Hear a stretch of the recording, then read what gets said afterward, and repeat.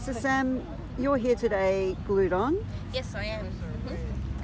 and why are you doing this today?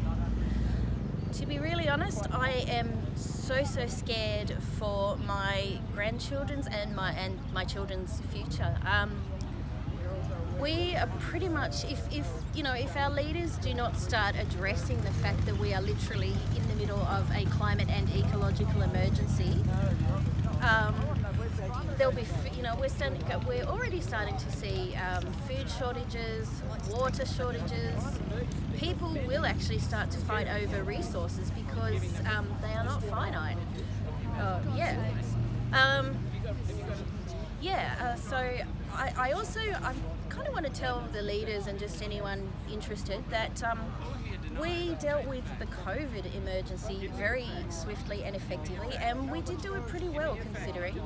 We need to treat this climate emergency the same way as COVID because it is not going away. It's only going to get worse. I'm not a scientist, but anyone can Google any scientific stats. It's all getting worse, and I'm just concerned, and I'm willing to get myself arrested because at this point in history, I don't see any other way. Being nice and signing petitions and things, it doesn't work anymore. The leaders and the fossil fuel barons and the elites and all those capitalistic type people, they are not listening. They're acting as if they don't care, even though their children will be suffering along with everyone else's children. So this is why I'm doing this.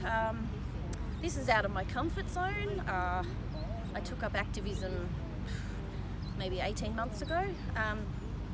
We have to start moving really, really quick to reach net zero emissions ideally by 2025, or we are going to go way over the tipping points. So Yep. So Sam, there's a press conference going on right behind you here. Yes.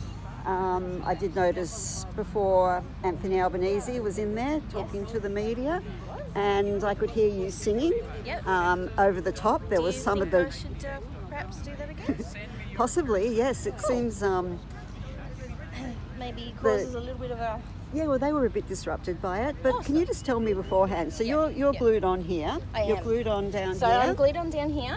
Yep. My leg is glued to this rock. Yep. This megaphone is glued to my hand. Yep. Just in case anyone wanted to be, a bit aggressive and take it off me. And the person behind you is your support person to keep you safe Yes. and to make sure that you're comfortable all the time. Yeah. Just, to sort of be my scout, to tell me what's been going on, Yep. who's doing what. Yeah. And that's the way Extinction Rebellion does things. Absolutely. It keeps people safe and supported. Yes. Okay. Other people have been coming over, offering sunscreen and nuts and snacks, and everyone just checks in with each other. Yep. And you've selected this position because it's right in the firing line of the cameras? Yep, basically. Yep. Yes. Okay. And like you said, you were out of your comfort zone. But how are you feeling this morning? Pretty nervous? Right now, I'm dead calm. I woke up this morning with butterflies and decided not to eat breakfast in case that didn't quite work for me. And then I sort of get to a point and I just become really hyper aware and just focused and think, well, I know for a damn fact I'm on the right side of history, and civil disobedience has worked magically before. It just needs enough people to gather that momentum. So please, anyone, come and join Extinction Rebellion.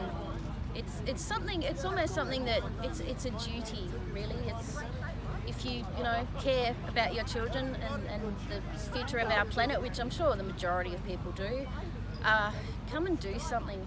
I'm legally blind and I'm kind of vulnerable and all that sort of stuff. I can't.